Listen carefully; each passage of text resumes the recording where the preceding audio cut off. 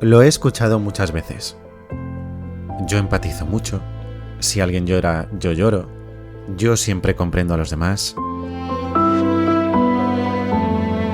Nuestra autopercepción nos define como altamente empáticos. Creemos entender a la perfección lo que piensan y sienten los demás. Pero la realidad es que estamos bastante sesgados. Hoy te voy a hablar de la empatía como nadie antes lo ha hecho. Hoy vas a entender la empatía de una forma distinta. Vas a comprender los mecanismos psicológicos que la explican y va a cambiar tu percepción sobre nuestra capacidad para empatizar con los demás. Y también hablaremos de los psicópatas, por supuesto. Porque la empatía no es solo la capacidad de ponerse en el lugar del otro. Es un fenómeno mucho más complejo que está mediado por procesos neuronales y también culturales. Estoy seguro de que después de este episodio vas a poder responder a la pregunta: ¿soy realmente una persona empática o no? Se viene ponerse un poco más técnico de lo habitual.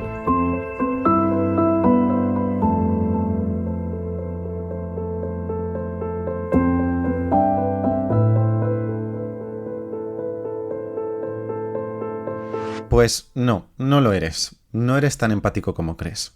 No lo somos.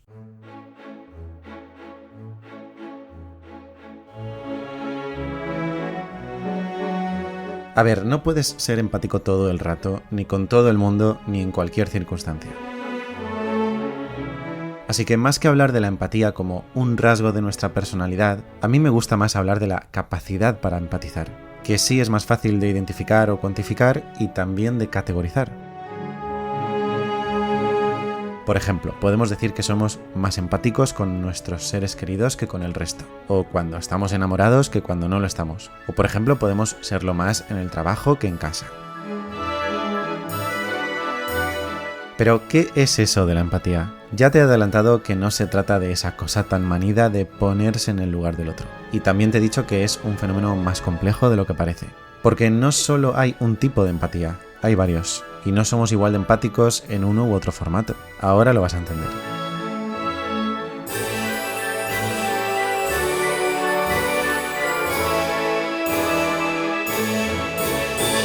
La empatía se define de manera general como nuestra capacidad para comprender lo que sienten y lo que piensan los demás.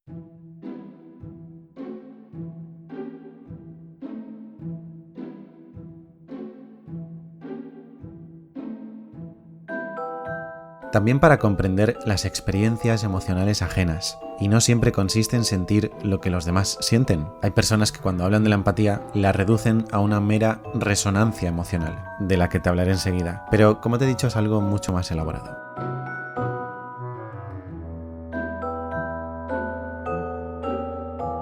Cuando tenemos una capacidad especial para entender los sentimientos y la perspectiva desde la que los demás viven, cuando comprendemos desde qué lugar miran, entienden y se comportan, hablamos de una empatía cognitiva.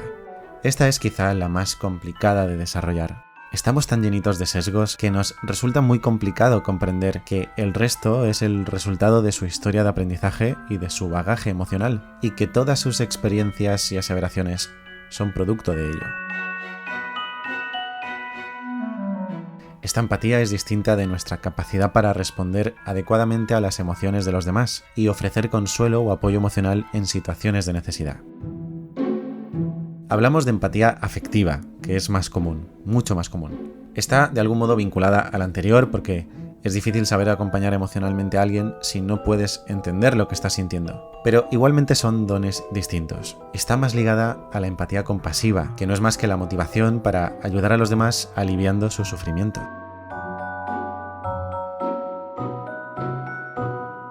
Pero cuando hablamos de compartir y sentir las emociones de los demás, cuando nos referimos a la capacidad de experimentar lo mismo que el resto, de sentir las mismas emociones, entonces hablamos de empatía emocional.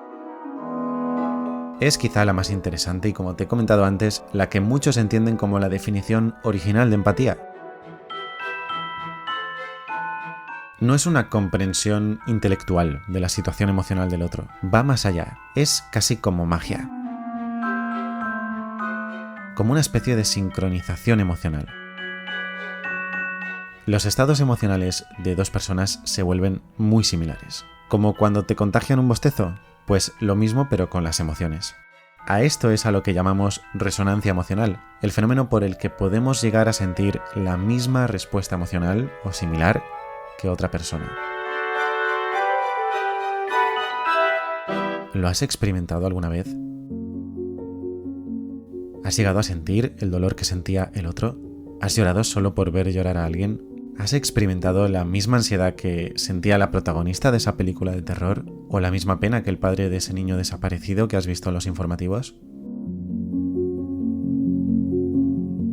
No sé si has oído hablar alguna vez de las neuronas espejo. Es como si éstas reflejaran o imitaran mentalmente la acción que estás viendo en otra persona, lo que te permite comprender las intenciones y los comportamientos de los demás. Son básicas para el aprendizaje por observación y para entender lo que ves. Imagina que de pronto observas a alguien poner la palma de su mano encima de una vitrocerámica encendida. Seguramente te sobresaltes. Puede incluso que grites o que hagas un movimiento con tus manos, como apartándolas de donde están, aunque no estén en ningún sitio. Puede que cierres los ojos o prefieras mirar de reojo o que te lleves las manos a la boca. En fin, de pronto has reaccionado de una manera muy similar a cómo actuarías si fueras tú, él o la que ha puesto su mano sobre la vitro. Tus neuronas espejo han trabajado de forma instantánea para que puedas comprender e integrar lo que le ha sucedido a la persona que tienes delante. Pues a nivel emocional funciona más o menos igual. Y si has escuchado otros episodios, ya sabes que en nuestro repertorio conductual nada ocurre por casualidad. Las neuronas espejo son el sustrato biológico que nos permite entender mejor lo que ocurre a nuestro alrededor, tanto a nivel cognitivo como a nivel emocional. Y esto a su vez nos permite sentirnos más cercanos unos con otros y más conectados entre sí, lo que fomenta una mayor capacidad para comprendernos y apoyarnos mutuamente. Es decir, nos hace mejores y más fuertes como grupo, como comunidad. Y ya sabes que el ser humano es un animal interdependiente.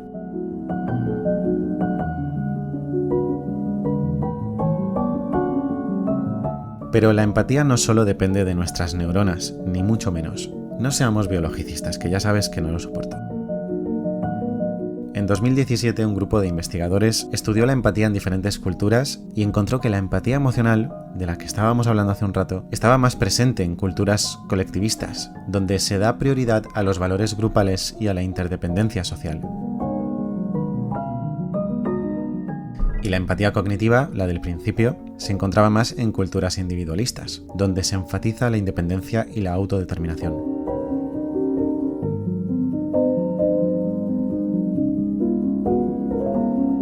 Es decir, la empatía está totalmente influenciada por factores culturales y sociales, por nuestro bagaje emocional y por nuestra historia de aprendizaje. Y esto tiene mucho más que ver con la psicopatía de lo que crees.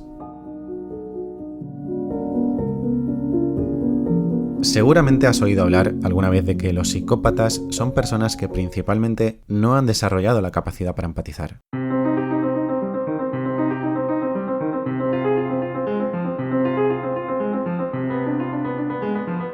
Bien, ahora hablaremos de eso, pero antes deja que acabe con uno de los mitos más extendidos sobre la psicopatía.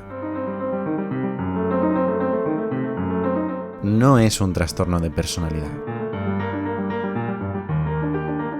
Esto es algo que se discute bastante en la profesión y, bueno, yo como profesional observo la psicopatía desde un punto de vista conductista. El psicópata es la persona que manifiesta comportamientos que entendemos como disfuncionales que han sido reforzados o no castigados a lo largo de su vida. Es decir, todo eso que tiene que ver con la manipulación, la impulsividad o la desconsideración para con los demás. Cuando digo que son comportamientos reforzados a lo largo de sus vidas, me refiero a que les han sido útiles para algo, a pesar de ser consideradas conductas disfuncionales en un contexto social. Por simplificarlo mucho y para que sea más comprensible, el niño que miente no es descubierto ni castigado por ello, y además obtiene algo a cambio, consigue algo con sus mentiras, continuará utilizando la mentira como una herramienta para sobrevivir. Pues bien, el psicópata es alguien que ha crecido ajeno a la experiencia emocional de los demás, que no se ha involucrado en ella porque lo útil para sí mismo ha sido lo contrario, vivir desvinculado en ese sentido. Quizá te preguntes ahora cómo funcionan entonces las neuronas espejo en este tipo de personas. Algunos estudios sugieren que tienen una actividad menos pronunciada que la del resto de los mortales. Habrá quien piense que el psicópata nace y que debido a esa sutil actividad de sus neuronas espejo es incapaz de empatizar. Pero en realidad es al revés. El funcionamiento de estas neuronas no es la causa, sino más bien la consecuencia de haber crecido desarrollando ese tipo de conductas de las que hemos hablado antes. Como ves, hay distintas formas de entender la empatía y sobre todo de desarrollarla.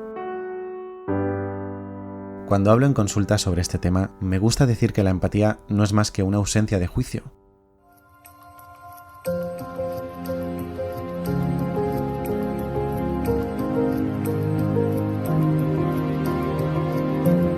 Las personas empáticas son personas que juzgan poco, que ven más allá y son capaces no solo de entender que lo que sienten y lo que hacen los demás responde a un conjunto de factores, a veces inescapables, sino de recordarlo y tenerlo presente.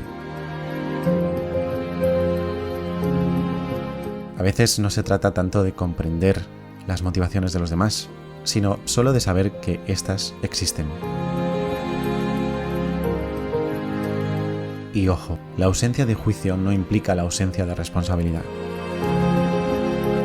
La empatía no tiene por qué ser el preludio del perdón ni del consentimiento, sino solo una herramienta que nos ayude a conectar más y mejor con el resto.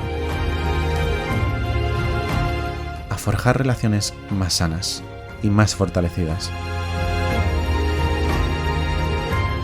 Un instrumento que nos acerque más a las personas que queremos, para que comprenderlas mejor sea el camino de una vida más agradable, menos tensa y sobre todo más justa.